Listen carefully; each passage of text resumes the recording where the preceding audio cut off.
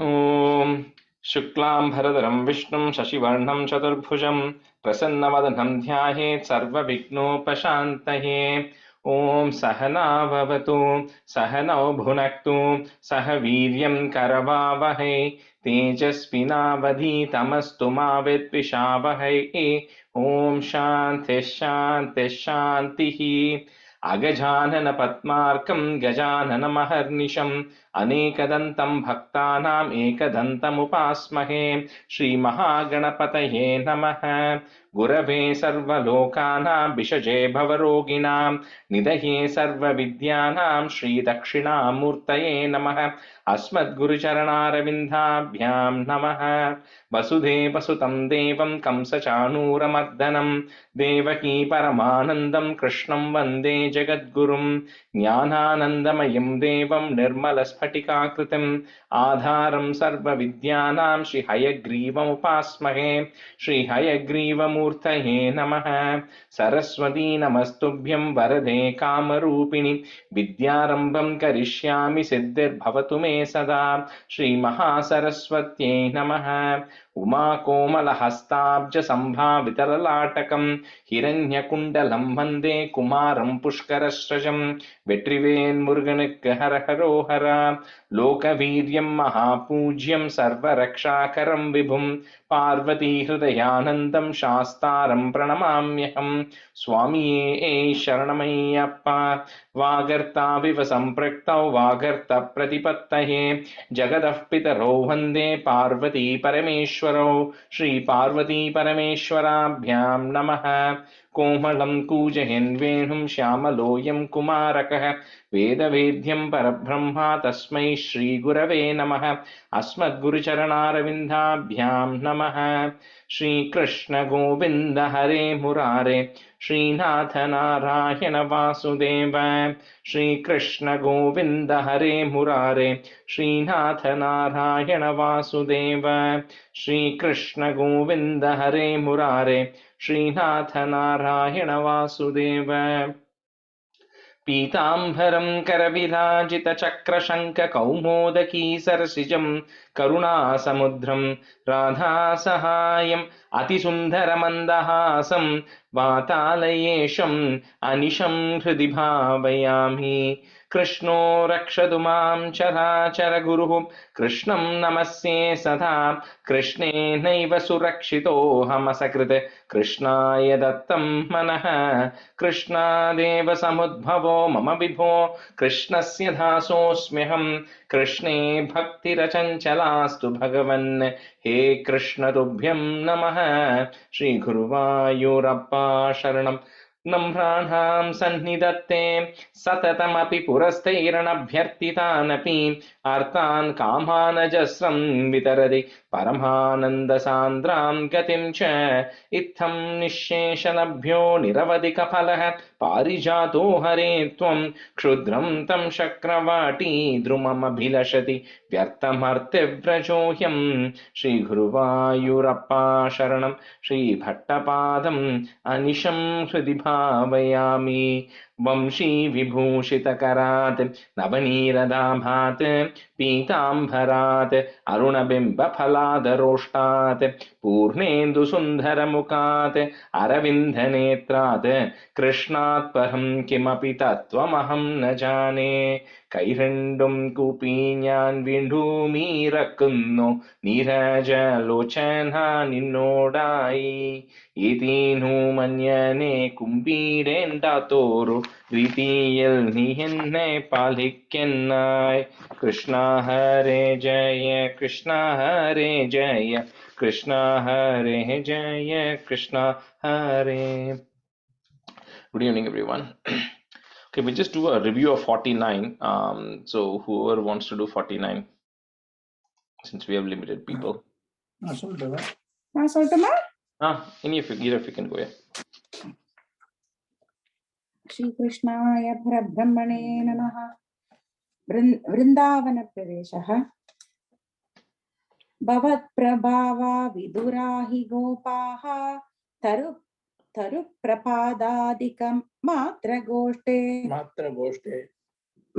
Goshte Ahetu मुत्पाददगणं विशङ्क्य प्रयातु मन्यत्र मनोभितेनुः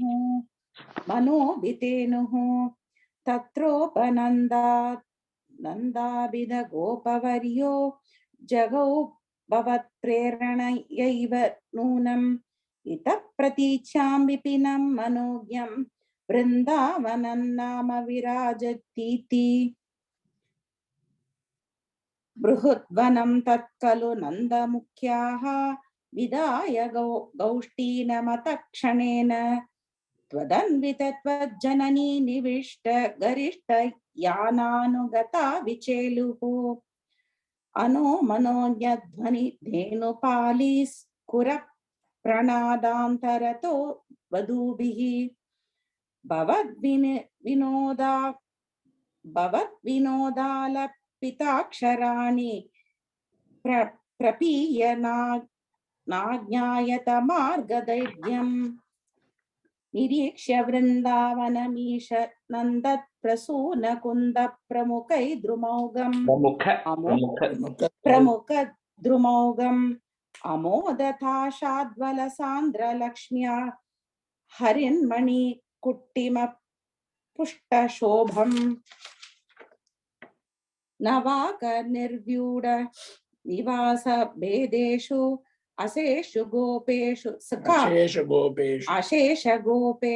सुखासितेषु वनश्रियं गोपकिशोरपाली विमिश्रित पर्यग लोकतास्त्वम् rural मार्गागत निर्मलाभां मरालकूजाकृत नर्मलाभां निरन्तरस्मेर सरोजवक्त्रां कलिन्दकन्यां समलोकयस्त्वम् मयूरकेकाशतलोभनीयं मयूकमालाशबलं मणीनां विरिञ्च लोकस्पृश मुच्चशृङ्गैः गिरिं च गोवर्धनमैक्षतास्त्वम्. Very small correction. The third line la virincha lokasprisham ucha. You said sprisha mucha. So the mucha word varadu. It becomes sprisham ucha. Or you say it together, sprisham ucha, without taking that brief pause there. Okay. Plus मयूरकेकाशतलोभनीयं मयूकमालाशबलं मणीनां विरिञ्च लोकस्पृशम् उच्चशृङ्गैः गिरिं च गोवर्धनमैक्षतास्त्वम् समं ततो गोपकुमारकैस्त्वं समं ततो यत्र वनान्तमागाः ततस्ततस्तां कुटिलामपश्यः कलिन्दजां राघवतीं निवैकाम् तथा विदेस्मिन् विपिने पशव्ये समुत्सुको वत्सगण प्रचारे चरन् सरोमत कुमार चरन् सरामोत कुमारकैस्त्वं समीरगेगाधिपपाहिरोगात्. श्रीकृष्णाय परब्रह्मणे नमः. Okay, so we'll continue with 50. So I think we had finished 5 stanzas there. Prabha, you can be a student, and Radha, you can be a student. Okay, first half. So stanza 6. Surabilatamha murdhanyurdhvam kutah kusumavali nipatati tavetyukto bhalai sahela mudhairayah jhatiti danujakshepenurdhvam gatastarumandalat kusumanikarassoyam noonam sameti shanairiti.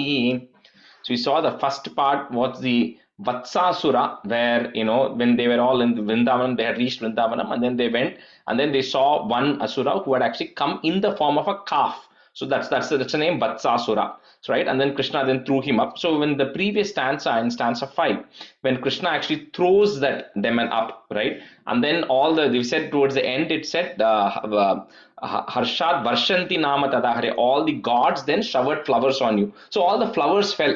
So at that time, these boys all asked, where are all these flowers coming? So here Krishna is saying, I just threw this Asura up, and you see the tree there, the Asura went up, when he went up the tree, he just, broke all the flowers, and those are the flowers which are actually coming down. So Krishna is telling that to the boys. Surabhi Latama Murdhan Yurdhvam, together, Kutaha, put a ich, Kutah, kusumavali, nipatati tavetyukto balaihi, putta is balais, sahelam udairayah, jhatiti danuja kshepenordvam gatas taru mandalat, kusuma nikaraha, putta is nikaras, soyam nunam sameti shanairiti. सुरभिलतमा मूर्धन्यूर्ध्वं कुतः कुसुमावली निपतति तवेत्युक्तो बालैः सहेलमुदैरयः झटिति दनुजक्षेपेनूर्ध्वं गतस्तरुमण्डलात् कुसुमनिकरः सोऽयं नूनं समेति शनैरिति. सुरभिलतमा मूर्धन्यूर्ध्वं कुतः कुसुमावली निपतति तवेत्युक्तो बालैः सहेलं मुदैरयः झटिति दनुजक्षेपेनोर्ध्वं गतस्तार्मण्डलात् कुसुमनिकरसोऽयं नूनं समेति शनैरिति. The shanairiti, short e, okay, at the end. Shanairiti. Okay. सुरभिलतमा मूर्धन्यूर्ध्वं कुतः कुसुमावली निपतति तवेत्युक्तो बालैः सहेलं मुदैरयः झटिति धनुजक्षेपनोर्ध्वं गतस्तरुमण्डलात् कुसुमनिकरसोऽयं नूनं समेति शनैरिति.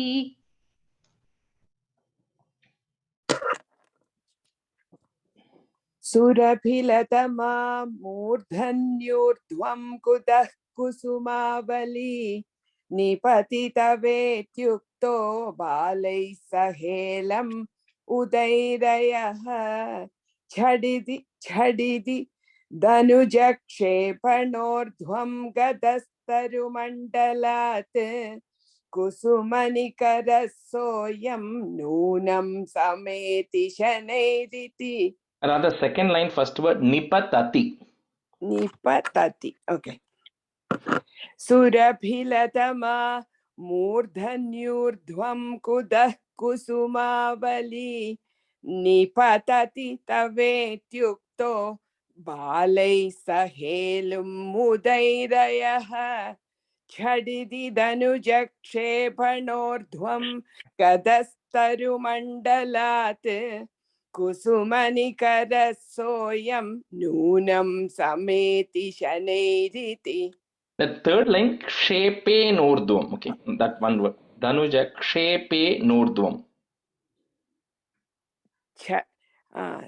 Chaditi dhanuja kshepe nordvam. Yeah, okay. Stanza 7. Kvachana divase bhuyo bhuhyastare parushatape tapanatanaya patah patum gata bhavadadayah chalita garutam prekshamasurbhakam khalu vismritam kshitidara garuchede kailasa shailamivaparam. So that up to 6 was Vatsasura. The next one is the Bakasura. So new story starting. So just one other random day. So all the boys, Krishna, they were all, along. They were not tending to the calves, right? Because they're still small. And then they were all, they got the calves to the banks of Yamuna, and then they were all drinking water. So at that time, they saw this gigantic body, completely white in color, but in a massive size, the size that they have not seen before at all. So then that size, that body, that creature which was there was also like flapping its wings. It also had wings. So the explanation here, Bhattacharya says, and the boys saw that, they just thought as if Mount Kailasha had come there, but with the wings cut off. So there is one, there is one story that in long time back, the mountains used to be able to fly. And then Indra then prevented the mountains from flying. So kind of a metaphor, as a comparison, they say it cut off the wings, right, of the mountain, right? So similarly, it says this crane, it was actually a crane which was there, but it looked like a massive Kailasha mountain standing there with its wings and flapping, and the boys were all beginning to get afraid, looking at the crane which was standing at the river. Kvachana divase bhuyo Bhuyastare Parushatape, comma, Tapana Tanayapataha, put a F pataf, Patum Gata Bhavadadayaha, Chalita Garutam Prekshamasur. So that you can say it together. Prekshamasur Bakam Khalu Vismritam, comma, Kshitidhara Garuch Chede Kailasa Shailam Ivaparam. क्वचन दिवसे भूयो भूयस्तरे परुषातपे तपनतनया पातः पातुं गता भवदादयः चलितगरुतं प्रेक्षामासुर्बकं खलु विस्मृतं क्षितिधरगरुच्छेदे कैलासशैलमिवापरम्. क्वचन दिवसे भूयो भूयस्तरे परुषातपे तपनतनया पातः पातुं गातः भवदादयः चलितगरुतं प्रेक्षामासुर्बकं खलु विस्मृतं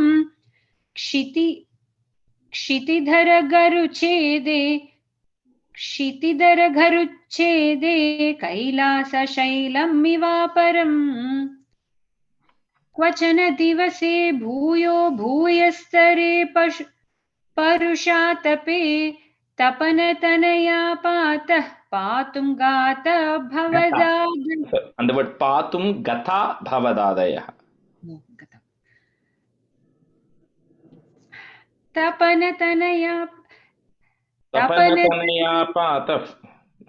तपनतनया पातः पातुं गता भवदादयः चलितगरुतं प्रेक्षामासुर्बकं खलु विस्मृतं क्षितिधरगरुच्छेदे कैलासशैलमिवापरम्. क्वचन दिवसे भूयो भूयस्तरे परुषातपे तपनतनया पातः पातुं गता भवदादयः चलितगरुतं प्रेक्षामासुर्बकं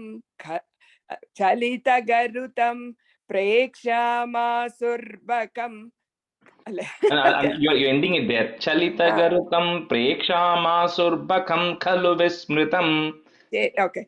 चलितगरुतं प्रेक्षामासुर्बकं खलु विस्मृतं क्षितिधरगरुच्छेदे कैलासशैलमिवापरम्. क्वचन दिवसे भूयो भूयस्तरे परुषातपे तपनतनया पादः पातुं गता भवदादयः चलितगरुतं प्रेक्षामासुर्बकं खलु विस्मृतं क्षितिधरगरुच्छेदे कैलासशैलमिवापरम्. 8. पिबति सलिलं गोपव्राते भवन्तमभिद्रुतः सखिलनिगिलन्नग्नि प्रख्यं पुनर्द्रुतमुद्वमन् धलयितुमगात्रोट्याः कोट्या तदाशु भवान् विभो खलजनबिदा चुञ्चुश्चञ्चू प्रगृह्य ददारतम्. So of course he's a crane, right? So first thing the crane is going to do is try like it how it swallows a fish. So it then comes attacking Krishna and then it comes in completely. Oh, I think we stopped.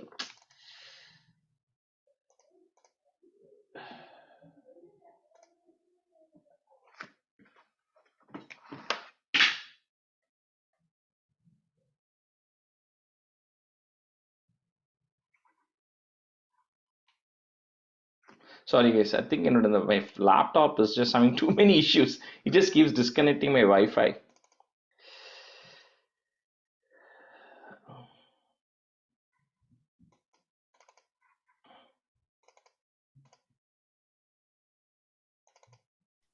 Kannan. Sorry, yeah, my laptop keeps getting disconnected. One sec. Sorry guys, one sec.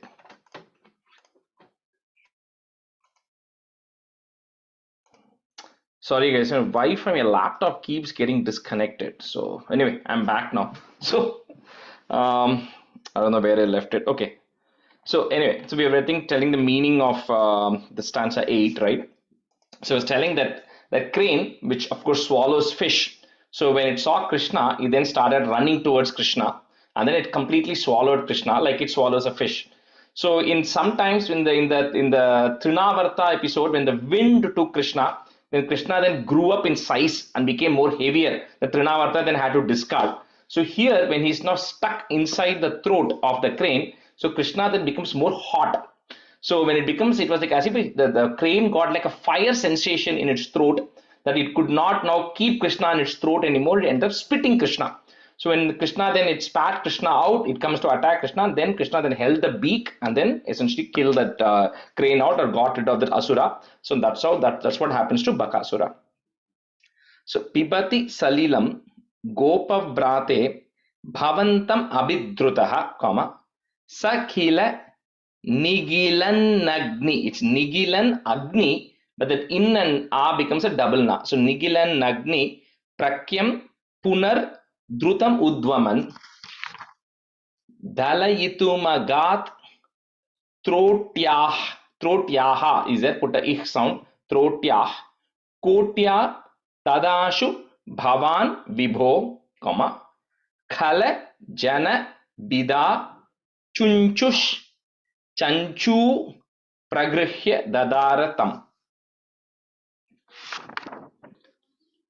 Pibati Salilam Gopavrate Bhavantam Abhidrutah Sakhila Nigilan Agni Prakyam Punardrutamudvaman Dalayitumaga Trotyah Kotya Tadashu Bhavan Vibho Khalajana Bida Chunchush Chanchu Pragrihya Dadaratam.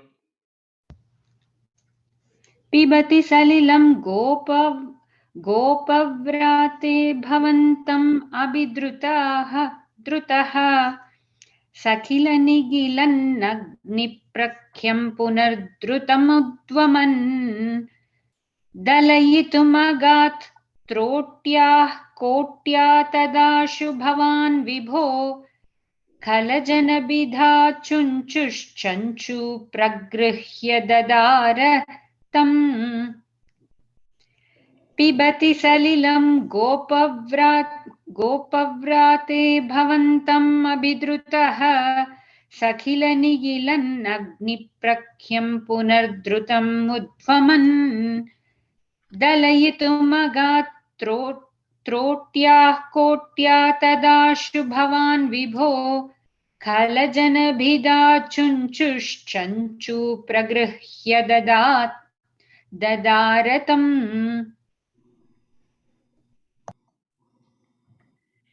पिबति सलिलं गोपव्राते भवन्तमभिद्रुतः सखिलनिखिलन्नग्निप्रख्यं पुनद्रुतमुद्वमन् दलयितुमगात् त्रोट्याः कोट्या तदाशु भवान् विभो खलजनभिदा चुञ्जुश्चञ्जु प्रगृह्य ददारतम् पिबति सलिलं गोपव्राते भवन्तमभिद्रुतः सखिलनिगिलन्नग्निप्रख्यं पुनद्रुतमुद्वमन् दलयितुमगात् त्रोट्याः कोट्या तदाशु भवान् विभो खलजनभिदा चुञ्जुश्चञ्जु प्रगृह्य ददारतम्.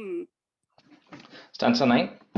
Sapadi sahajam sandrashtum va mritam khalu putanam anujamagamapyagre gatva pratikshitumev va shamana nilayam yate tasmin bake sumano gane kirati sumano vrindam vrindavanat grihamayatah.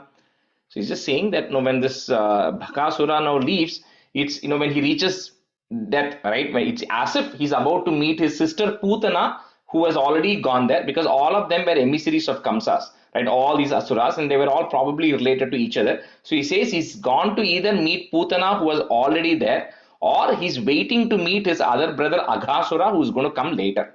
So that's how it is. And with that, they all went, and Krishna and the boys now begin to return home. Sapadi sahajam sandrashtum va mritam khalu putanam. Put a im at the end of that line, comma. Next time the ma becomes a. Anujam agam apyagre. 3 words there. Anujam agam apyagre gatva pratikshitum eva va shamana nilayam yate tasmin bake sumanogane, comma, kirati sumano vrindam vrindavanat grihamayataha. Sapadi sahajam sandrashtum va mritam khalu putanam अनुजमगमप्यग्रे गत्वा प्रतीक्षितुमेव वा शमननिलयं याते तस्मिन् बके सुमनो गणे किरति सुमनो वृन्दं वृन्दावनात् गृहमय्यथाः. सपदि सहजां सन्द्रष्टुं वामृतां खलु पूतनाम् अनुजमघमप्यग्रे गत्वा प्रतीक्षितुमेव वा शमननिलयं याते तस्मिन् बके सुमनो गणे किरति सुमनो वृन्दं वृन्दावनात् गृहमय्यताः. गृहमय्यताः. सपदि सहजां सन्द्रष्टुं वामृतां खलु पूतनाम् अनुजमघमप्यग्रे गत्वा प्रतीक्षितुमेव वा शमननिलयं याते तस्मिन् बके सुमनो गणे किरति सुमनो वृन्दं वृन्दावनात् गृहमय्यताः. सपति सहजां सन्दृष्टुं वामृतां खलु पूतनाम् अनुजमघमप्यग्रे गत्वा प्रतीक्षितुमेव वा शमननिलयं याते तस्मिन् बके सुमनो गणे किरति सुमनो वृन्दं वृन्दावनात् गृहमय्यथाः. Rather, first line, sandrashtum va. You said drishtum, drashtum. Oh, okay. सपति सहजां सन्द्रष्टुं वामृतां खलु पूतनाम् अनुजमघमप्यग्रे गत्वा प्रतीक्षितुमेव वा शमननिलयं याते तस्मिन् बके सुमनो गणे किरति सुमनो वृन्दं वृन्दावनात् गृहमय्यथाः. Sansaten. Lalita muraleenadam दूरान्निशम्य वधूजनैः त्वरितमुपगम्याराद् आरूढमोदमुदीक्षितः जनितजननी नन्दानन्दः समीरणमन्दिर प्रतितवसते शौरे दूरीकुरुष्व ममामयान्. So now when the boys come home, of course, the indication that all of them are coming home is they begin to hear the sound of the flute. So Murali Nadam. So when they start hearing this flute sound coming, then now they know all the boys are coming back evening. So they all get received, and then the boys, of course, they're very small at this point. They're pre 5 years, right? Because in the Aghasura episode, when the Brahma comes and the Vatsapaharanam happens, that's where they're transitioning from 5 to 6. So they're less than 5 years old. So the boys come and tell the story in their own way as to what happened. A crane came and all these things. But like any other incident that happens, the Gopas just think that, they're just making up some story and something is happening. But anyway, they're very glad that the boys are safe. So they tell the boys, you're very happy that you're safe. You all escaped death and it is very impressive. You're all super brave and all that. And then they welcome them back home. So you, a lot who lives in the temple of Guruvayur, that's why it says there, Pradita Vasate Shaure, Shauri, one who is a descendant of the Sura clan. So, O Shauri, who resides in Guruvayur, please eradicate all my ailments. Lalita Murali Nadam Duran Nishamya Vadhu Janaihi. Put a visarga and a comma. Next line, that is goes away. So this is a long line. I'm going to break it into 3-4 parts. The second line here. Tvaritam upagamyarat arudha. So the da that is there, it might be easier if you break it. Otherwise, you can say it together also. Tvaritam upagamyarat arudha modamudikshitaha janita janani nandanandaha puta is nandanandas samirana mandira puta plus pratita vasate shaure comma duri kurushva mamamayan lalita muralhinadam durhan nishamya vadhujanaihi त्वरितमुपगम्यारात् आरूढमोदमुदीक्षितः जनित जननी नन्दानन्दः समीरनमन्दिर प्रतितवसते शौरे दूरीकुरुष्व ममामयान् ललितमुरलीनादं दूरान्निशिम्य वधूजनैः त्वरितमुपगम्यारात् आरूढमोदं मुदीक्षितः जनितजननी नन्दानन्दः समीरणमन्दिरा प्रतितवसते शौरे दूरीकुरुष्व ममामयान् ललितमुरलीनादं दूरान्निशिम्य वधूजनैः निशम्य दूरान् निशम्य ललितमुरलीनादं दूरान्निशम्य वधूजनैः त्वरितमुपगम्यात् आरूढमोदमुदीक्षितः जनितजननी नन्दानन्दः समीरणमन्दिरा प्रतितवसते शौरे दूरीकुरुष्व ममामयान्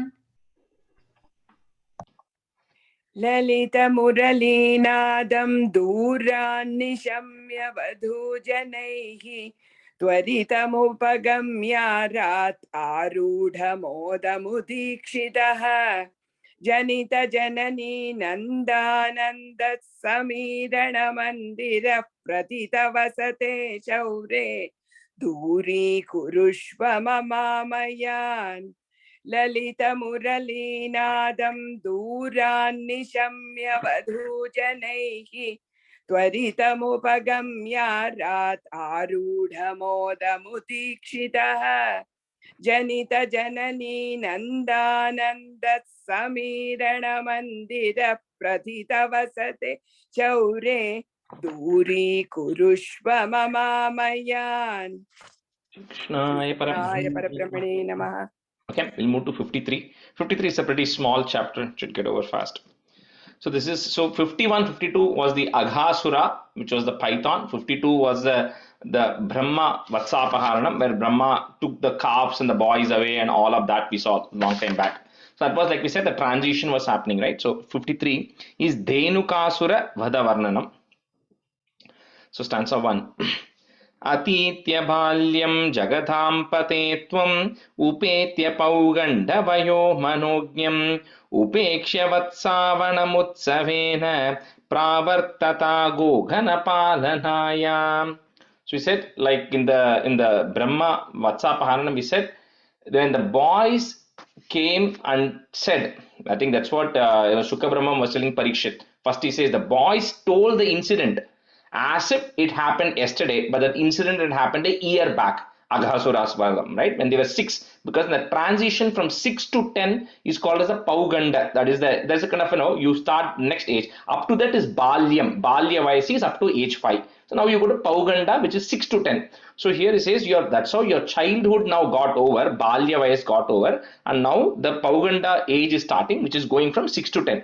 So when this transition happens from 6 to 10, so now the boys are considered to be like bigger boys to some extent. So they're graduating from herding calf to herding cows. So that's the graduation they have, right? So with them, with lot of enthusiasm, because now they have graduated to the next level. So Krishna, you and the Balarama and all the boys have now feel more excited that you have now gone to the next level of herding cows, and then you all start taking care of cows because you've been promoted now. Atitya Balyam Jagatam Pate tvam, so that mu that is there, we'll break it, tvam, comma, upetya pauganda vayo manognyam, comma, upekshya vatsavanam utsavena, comma, pravartata go gana palanayam. अतीत्य बाल्यं जगतां पते त्वम् उपेत्य पौगण्डवयो मनोज्ञम् उपेक्ष्य वत्सावनमुत्सवेन प्रावर्तता गोगणपालनायाम्. अतीत बाल्यां जगतां पते त्वम् उपेत्य पौगण्डवयो मनोज्ञम् उपेक्ष्य वत्सावनमुत्सवेन प्रवर्तता गोगणपालनायाम्. Pravartata, the fourth line, first word, pravartata गोगणपालनायाम्. अतीत्य बाल्यं जगतां पते त्वम् उपेत्य पौगण्डवयो मनोज्ञम् उपेक्ष्य वत्सावनमुत्सवेन प्रवर्तता गोगणपालनायाम्. Pravartata, the fourth line, first word. प्रावर्तता गोगणपालनायाम्. अधीत्य बाल्यं जगदां पदे त्वम् उपेत्य पौगण्डवयो मनोज्ञम् उपेक्ष्य वत्सावनमुत्सवेन प्रावर्तता गोगणपालनायाम्. अधीत्य बाल्यं जगदां पदे त्वम् उपेत्य पौगण्डवयो मनोज्ञम् उपेक्ष्य वत्सावनमुत्सवेन प्रावर्तता गोगणपालनायाम्. Stanza 2. उपक्रमस्यानुगुणैव सेह्यं मरुत्पुराधीश तव प्रवृत्तिः गोत्रापरित्राणकृतेऽवतीर्णः तदेव देवारभतास्तथायते. So now, of course, Krishna continuing his pastimes, he takes a flute and all of them go now grazing the cows through Vrindavan, which of course it says is very lush. We already saw that when they came to Vrindavan, so how it was very luscious, filled with all grass and everything. So they're there. So here Bhattacharya is saying this, he's just using a pun here. The Gotra means two meanings. One, it could actually mean the earth. It could also mean the cows, because at the end of the day, Gotra, the root is coming from to give. So the cows give milk and everything. The earth also gives a lot of things to it. That's a root word. So it's used in both cases. So here he says, this is you grazing and taking care of the cows is like a precursor to you taking care of the earth later. So that Gotra is using, you're taking care of Gotra now, which is cows, which is a precursor to you taking care of Gotra, which is the earth later. So that's how you're taking care of the cows. Upakramasyanu gunaiva seyam, comma, मरुत्पुराधीश तव प्रवृत्तिः गोत्रा परित्राण कृतेवतीर्णः. So that is there, remove it, put a visarga and comma, कृतेवतीर्णः, comma, तदेव devarabhathas, the two as s symbols are coming, so you say it together, devarabhathas tada yat. उपक्रमस्यानुगुणैव सेह्यं मरुत्पुराधीश तव प्रवृत्तिः गोत्रापरित्राणकृतेऽवतीर्णः तदेव देवारभतास्तदायत्. उपक्रमस्यानुगुणैव सेह्यं मरुत्पुराधीश तव प्रवृत्तिः गोत्रापरित्राणकृतेऽवतीर्णः तदेव देवारभतास्तदायत्.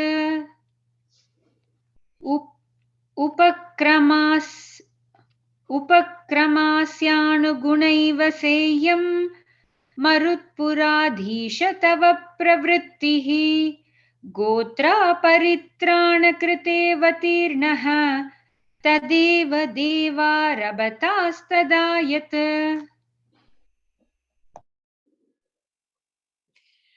उपक्रमस्यानुगुणैव सेह्यं मरुत्पुराधीश तव प्रवृत्तिः गोत्रापरित्राणकृतेऽवतीर्णः तदेव देवारपधास्तदायत् उपक्रमस्यानुगुणैव सेयं मरुत्पुराधीश तव प्रवृत्तिः गोत्रापरित्राणकृतेऽवतीर्णः तदेव देवारपधास्तदायत्.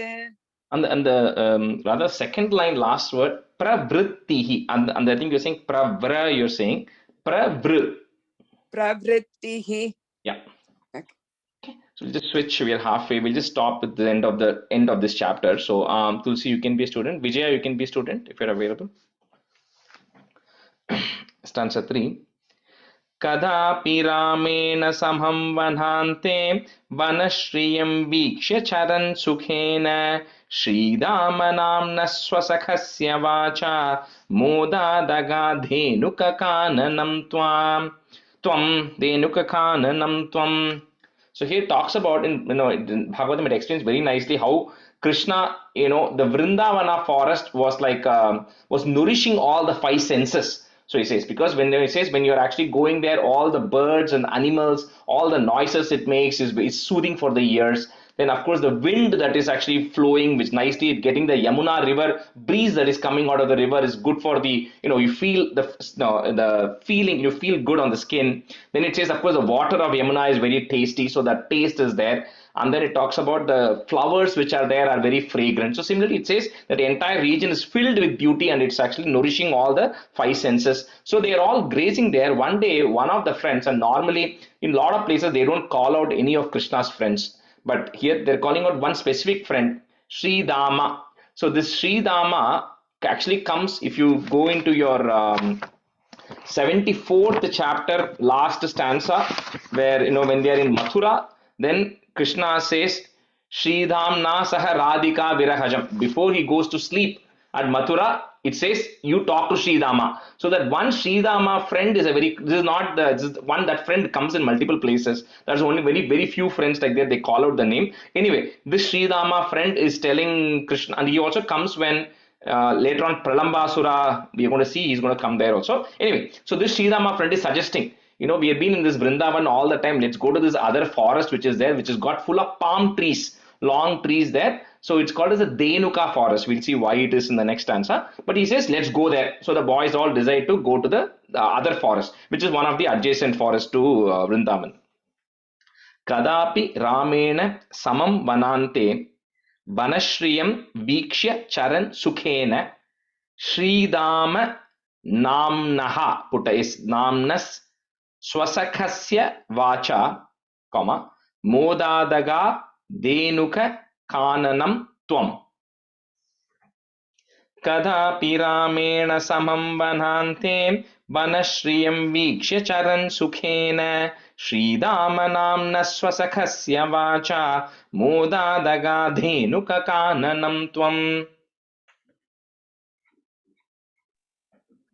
कदापि रामेण समं वनान्ते वनश्रियं वीक्ष्य चरन् सुखेन श्रीरामनाम्नः स्वसखस्य वाचा मोदादगा धेनुककाननं त्वं.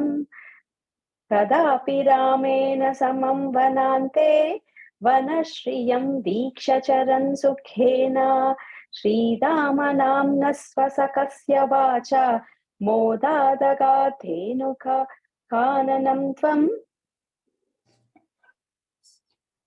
कदापि रामेण समं वनान्ते वनश्रियं वीक्ष्य सरन् सुखेन श्रीरामनाम्नः स्वसखस्य वाचा मोदादगा धेनुककाननं त्वं. कदापि रामेण समं वनान्ते वनश्रियं वीक्ष्य चरन् सुखेन श्रीरामनाम्नः स्वसखस्य वाचा मोदादगा धेनुककाननं त्वं. Stanza 4. उत्तालताली निवहे त्वदुक्त्या बलेन धूतेत बलेन दोर्भ्यां मृदुः करश्चाभ्यपतत् पुरस्तात् फलोत्करोधेनुकदानवोऽपि. So this Denuka was another, one big asura who lived, who was actually in the form of a donkey. So I can ask, he was a form of a donkey. That was the form he was in. And it was well known that nobody enters into that region because he has a lot of other surrounding, there are a lot of, all these wild animals live, right? Jackals and all those things who are there who end up eating people and killing people. So nobody ventures into that area. However, that place has these very tasty fruits and everything, to the extent that the boys knew you should not go there. But of course, like we said, they're 6-year-old boys, 6 and 7-year-old boys, right? So they are like, what, we can actually smell the fruits from here. So we should actually try going. We should just go pluck those fruits and come back. That was their plan, not to venture into the forest, but just to go there, right? So Balarama first goes there, and then he starts shaking the trees. When he starts shaking the trees, and all these fruits start falling, then the boys start gathering the fruits. At that time, this Denuka Asura comes in the form of a donkey. So that's what is happening in this. So now this person is coming in the form of a donkey in front of them. Uttala tali nivahe tvaduktya, balena dhuteta balena dorbhyam. Two bala coming here. One is referring to Balarama. Other is because of the strength, that balam, because he's shaking the trees. Mruduhu is there, put a sound. Mruduh karash chabhyapatat purastat, phalotkaro denuka danavopi. उत्तालताली निवहे त्वदुक्त्या बलेन धूतेत बलेन धूर्भ्यां मृदुः करश्चाप्यपतत् पुरस्तात् फलोत्करोधेनुकदानवोऽपि.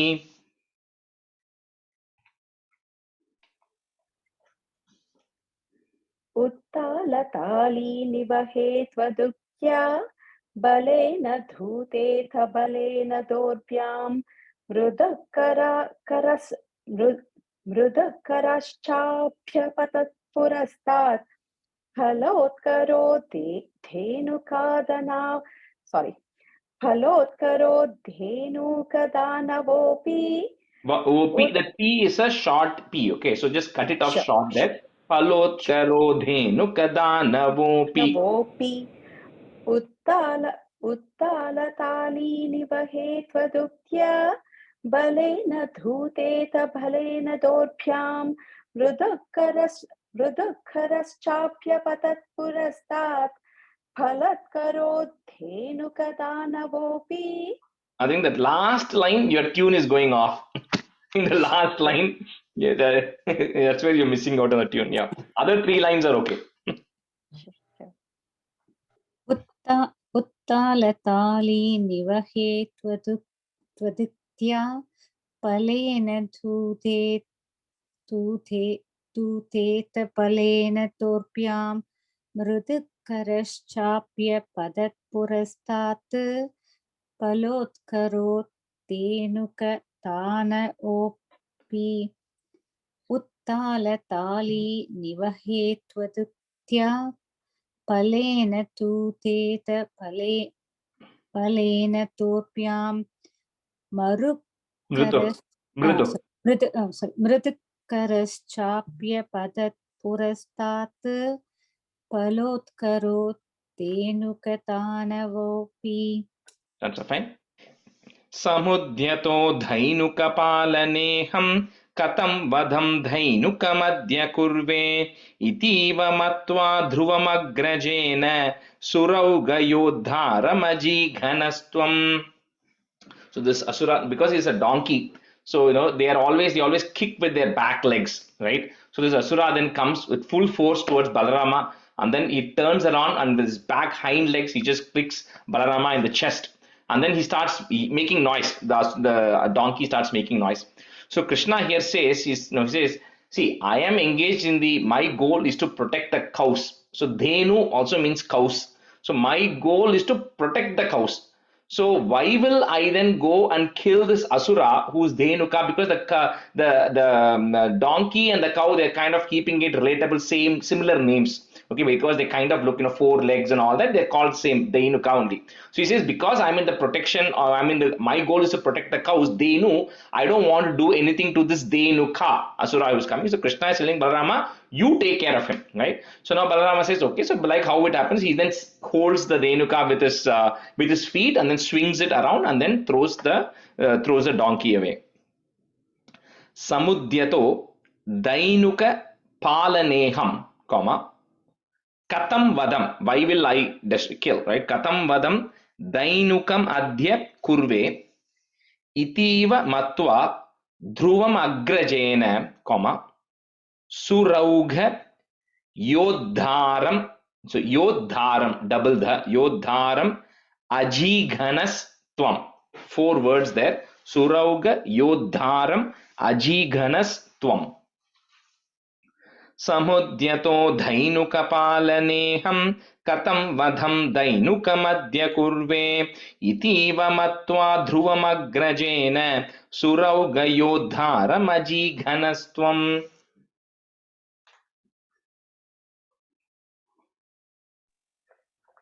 समुद्यतो धैनुकपालनेऽहं कथं वधं दैनुकमद्य कुर्वे इतीव मत्वा ध्रुवमग्रजेन सुरौघयोद्धारमजीघनस्त्वम् समुद्यतो धैनुकपालनेऽहं कथं वधं धैनुकमद्य कुर्वे इतीव मत्वा ध्रुवमग्रजेन सुरौघयोद्धारमजीघनस्त्वम्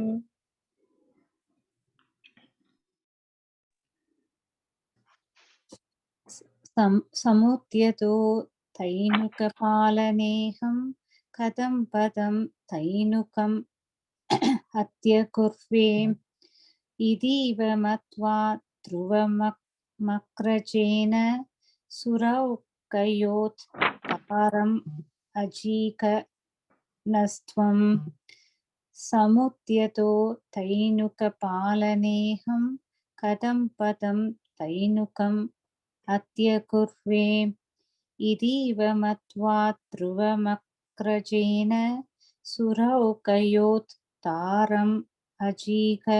अजीघनस्त्वम्. Stanza 6. तदीयभृत्यानपि जम्बुकत्वेनोपागतानग्रजसंयुतस्त्वं जम्बूफलानीव तदा निरास्तः तालेषु खेलन् भगवन् निरास्तः. So when Balarama then took this Dhenukasura and he threw it in the tallest palm tree. So because of the weight of this Dhenukasura, the tree was stretching over and then it hit the next tree and so on, and multiple of those trees started crumbling down. They all started falling.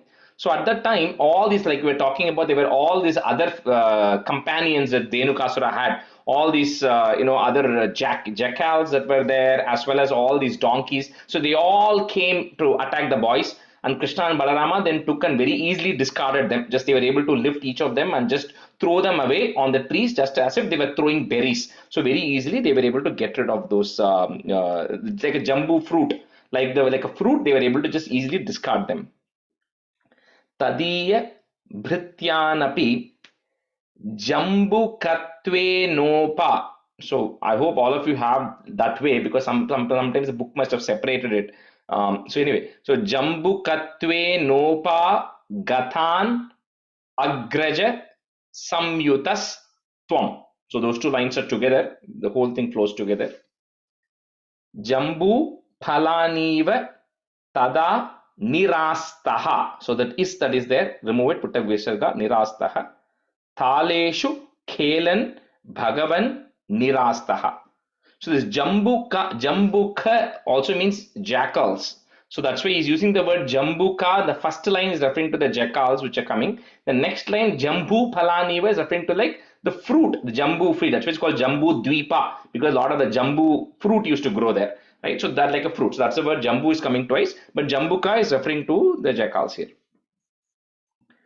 तदीयभृत्यानपि जम्बुकत्वेनोपागतानग्रजसंयुतस्त्वं जम्बूफलानीव तदा निरास्तः तालेषु खेलन् भगवन् निरास्तः.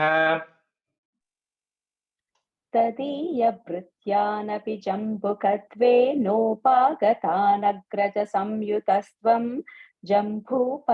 जम्बूफलानीव तदा निरास्तः तालेषु खेलन् भगवन्निरास्तः तदीयभृत्यानपि जम्बुकत्वे नोपागतानग्रजसंयुतस्त्वं जम्बूफलानीव तदा निरास्तः तालेषु खेलन् भगवन्निरास्तः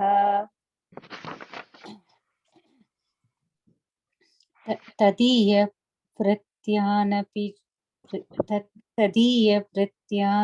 जम्बुकत्वे नोपाकधान् अग्रजसंयुतस्त्वं जम्बूफलानीव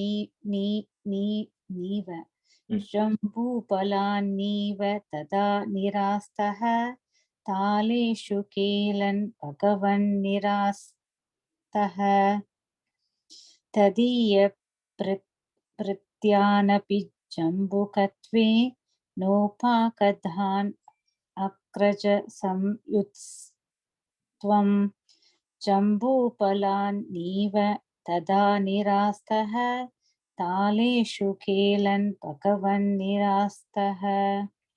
Stanza 7. Vinignati त्वय्यत जम्बुकौघं सनामकत्वात् वरुणस्तदानीं भयाकुलो जम्बुकनामधेयं श्रुतिप्रसिद्धं व्यदितेति मन्ये. So when a lot of these jambukas, which are the jackals, started coming, and Krishna and Balarama were getting rid of them, so Varuna also has a name called Jambuka. So it is there in Shruti Prasiddham. It is very famous in the Vedas that he has a name called as Jambuka. So Bhatripad is just calling out, maybe because that's the reason Varuna got so afraid when you and Balarama were throwing all these jackals away, the Jambukas away. Varuna became so afraid that he retained that name of Jambuka of himself only in the Vedas. So that's why nobody outside of Vedas, they don't have any reference to Varuna as called as Jambuka. So he's just making fun there that with Varuna, nobody knows him as Jambuka. Only in the Vedas he has that name because he was getting very afraid here. Because he has that name. Binignati Tvayata Jambukaugham, Sanama Katvad Varunas Tadanim Bhayakulo Jambuka Nama Dheyam, Shruti Prasiddham Vyaditeti Manye. Vinignati Tvayata Jambukaugham Sanamakatvad Varunastadanim Bhayakulo Jambuka Nama Dheyam Shruti Prasiddham Vyaditeti Manye.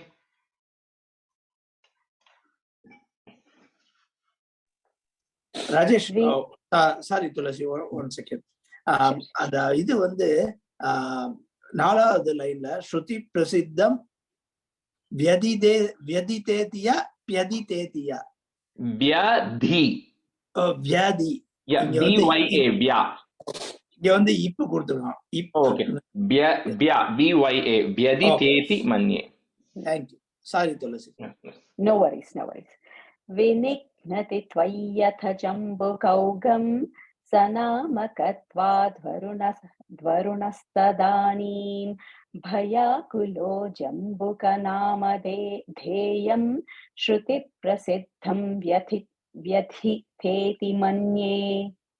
Vinignati tvayyath jambukaugham sanamakatvad varunastadanim Bhayakulo Jambukanama-dheyam Shruti Prasiddham Vyadhiteti Manye.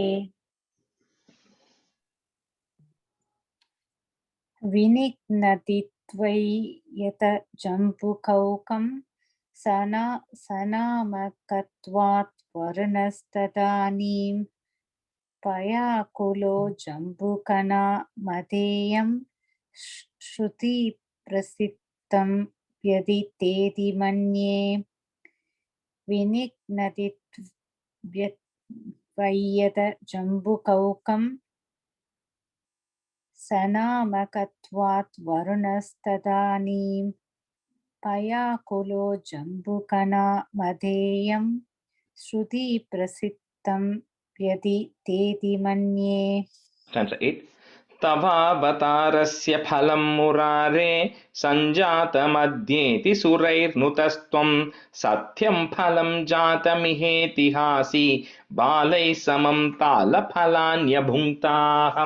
So at the time, that entire forest was now filled with all the trees which had shattered, so all the branches. Then it also then had all these the donkeys and the jackals, everything which had now were lying on top. Then on top of that, there were also all these fruits which had actually fallen, right? From the, because like I said, that place has a lot of very sweet fruits. So all of the fruits were also fallen onto the ground. So that was saying it's quite a scene that was there. So at that time, the gods, right, are praising, saying that, like the fruits of your incarnation, you're getting rid of the Dhenukasura, everything. We are beginning to see the fruits of your incarnation. That's what the gods are telling.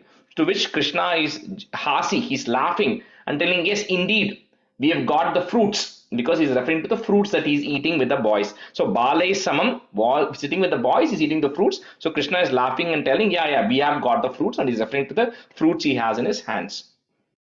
So Tava avatarasya, but it comes together. Tava avatarasya phalam murare, comma, sanjata madhyeti surair nutastvam satyam phalam jatamiheti hasi, comma, balaihi, put a is, balai samam tala phalanya bhunktaha. तवावतारस्य फलं मुरारे सञ्जातमद्येति सुरैर्नुतस्त्वं सत्यं फलं जातमिहेतिहासी बालैः समं तालफलान्यभुङ्क्ताः.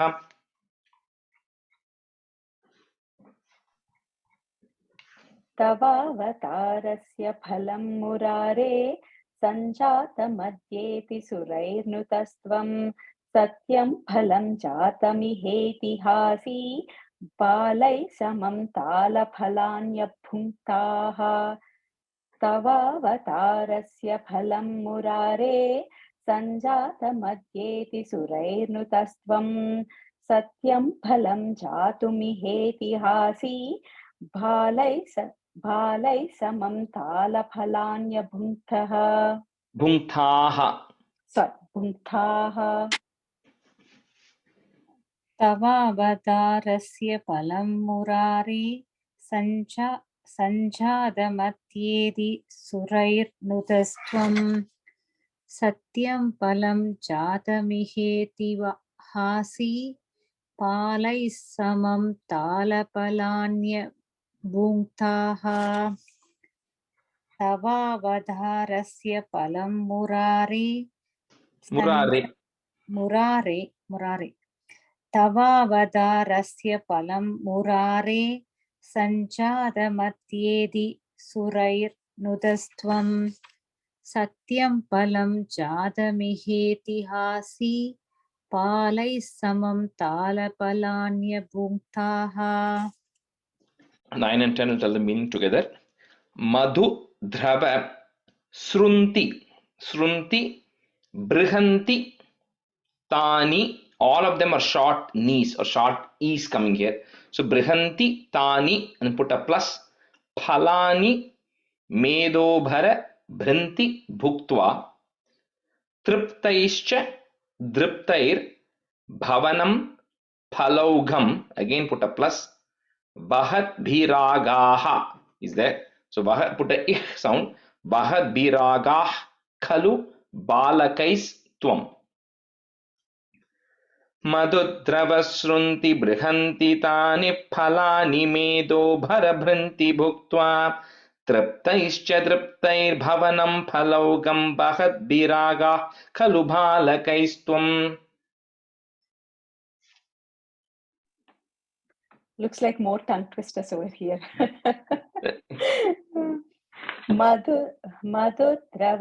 मधुद्रवसृन्ति बृहन्ति तानि फलानि मेधोभरभृन्ति भुक्त्वा तृप्तैश्च तृप्तैर्भवनं फलौघं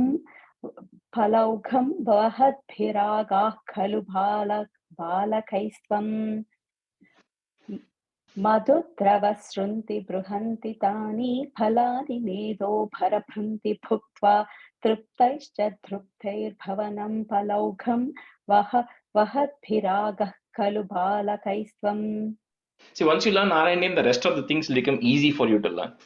Relatively it will become easy. मधुद्रवसृन्ति बृहन्ति तानि फलानि मेधो परबृन्ति भुक्त्वा तृप्तैश्च तृप्तैर्भवनं पलौकं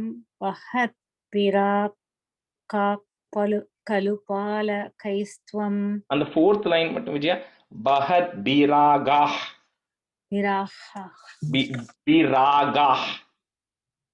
Biragah. Yeah. Okay, biragah. Biragah, ga sound. Biragah. Gah. Biragah. Yeah.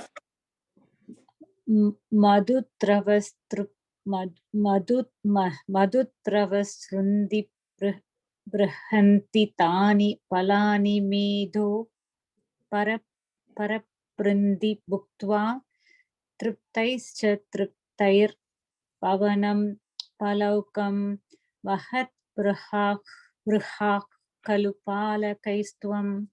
Bahat Biraga. Biragah. And the ich, kadasila H. The Biragah, because the visarga is there, right? Biragaha is there, right? So and because the ka is coming later, the ich sound comes in between. So Vahat Biragah. Vahadbiraha kalupalakaistvam. Biraha, you're saying. Biragah. Ga. First ga, adukapram ha. Biragah. Biragah. Yeah. First is a ga, adukapram ha. Answer 10. Hato dhenuka ityupetya palanyadadbhir madurani lokaihi jayeti jiveti nuto vibhotvam marutpuradhishwara pahi rogat. So now that so when Krishna and the boys, then they started eating those fruits which were there, which were of course very sweet like nectar, and then they also brought a lot of those fruits back home to the Gopas and the Gopikas. So now that Dhenuka and all of those associates were gotten rid of, a lot of people were now able to get into that forest, and then also the cows could also now go and graze there. So all these Gopas, they then welcome Krishna and all the boys, saying that Jayeti, victory to you, because the boy says Dhenuka is gone, no longer is Dhenuka there, so we all can start going after the forest, and they all also enjoyed the fruits. So that Lord of Guruvayur, who is Vibho Marutpuradishwara, one the Lord of Guruvayur, please eradicate Rogat Pahi, please eradicate all my ailments. Hato Dhenuka ityupetya, Phalanya dadbhir, that's one word. Phalanya dadbhir madurani lokaihi jayeti jiveti nuto vibho tvam, marutpuradhishwara pahi rogat. Hato dhenuka ityupetya phalanyadadbhir madurani lokaihi jayeti jiveti nuto vibhotvam marutpuradhishwara pahi rogat. Hato dhenuka ityupetya phalanyadadbhir madhurani lokaihi jayeti jiveti nuto vibhotvam marutpuradhishwara pahi rogat. Hato dhenuka ityupetya phalanyadadbhir madhurani lokaihi jayeti jiveti nuto vibhotvam marutpuradhishwara pahi rogat. Hato dhenuka ityupetya palanyadadbhir madurani lokaihi jayeti jiveti nuto vibhotvam marutpuradhishwara pahi rogat. Hato dhenuka ityupetya palanyadadbhir madurani lokaihi जयेति जीवेति नुतो विभो त्वं मरुत्पुराधीश्वर पाहि रोगात्. Shri Krishnaya Parabrahmane Namaha. And the class here today. सान्द्रानन्दावबोधात्मकमनुपमितं कालदेशावदेभ्यां निर्मुक्तं नित्यमुक्तं निगमशतसहस्रेण निर्भास्यमानम् अस्पष्टं दृष्टमात्रे पुनरुरुपुरुषार्थात्मकं ब्रह्मतत्त्वं तत्तावद्भाति साक्षात् गुरुपवनपुरे हन्त भाग्यं जनानां कायेन वाचा मनसेन्द्रियैर्वा बुद्ध्यात्मना वा प्रकृते स्वभावात् करोमि यत् सकलं परस्मै नारायणायेति समर्पयामि. Thank you everybody. Thank you, Rajesh. Thank you, Rajesh. Rajesh. Thank you. Thank you. Bye.